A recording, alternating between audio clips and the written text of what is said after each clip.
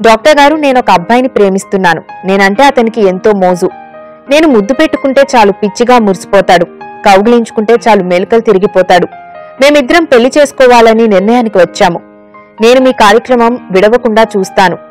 ఎన్నో విషయాలు తెలుసుకున్నాను. పెళ్లైన తర్వాత మా వారికి నిజంగానే స్వర్గం చూపిస్తాననే నమ్మకముంది. నాకు ఒకటే అనుమానం, మనసులో కోరిక ఉంటే సెక్స్ లో ఎన్నిసార్లైనా పాల్గొనవచ్చా? ఎక్కువసార్లు శృంగారంలో పాల్గొంటే ఏమన్నా అవుతుందా? ఎందుకిలా అడుగుతున్నానంటే, మేమిద్దరం దగ్గరైతే గంటలు నిమిషాలుగా గడిచిపోతాయి.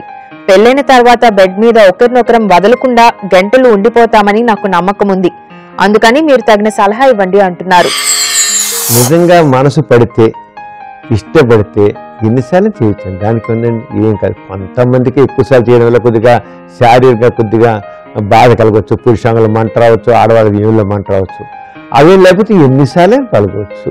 సాధారణంగా అండి లేడీస్లో బాగా కోరిక కలిగితే, మనసు పడితే ఊరికి వైట్ డిశ్చార్జ్ ఎక్కువైపోతుంటుంది, తెలుపు ఎక్కువవుతుంటుంది. ఆ లూబ్రికేషన్ వల్ల అంత వాళ్ళకి మంట అనిపించదు.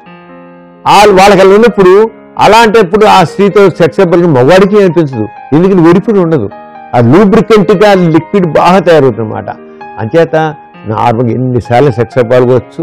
కొంతమందికే ఆ లూబ్రికెంట్ సంబంధించిన ద్రవాలు ఎక్కువ ఊరక మంటపడ్డం ఉంటుంది. కానీ మనసు పడి ఇష్టపడి కావాలనిపిస్తే మాత్రం చక్కగా పాల్గొ ఎన్నిసార్లు పాల్గొచ్చు. దానికి లిమిటే లేదండి. సెక్స్కి నో లిమిట్. ఎన్నిసార్లు అన్నిసార్లు చేయొచ్చు.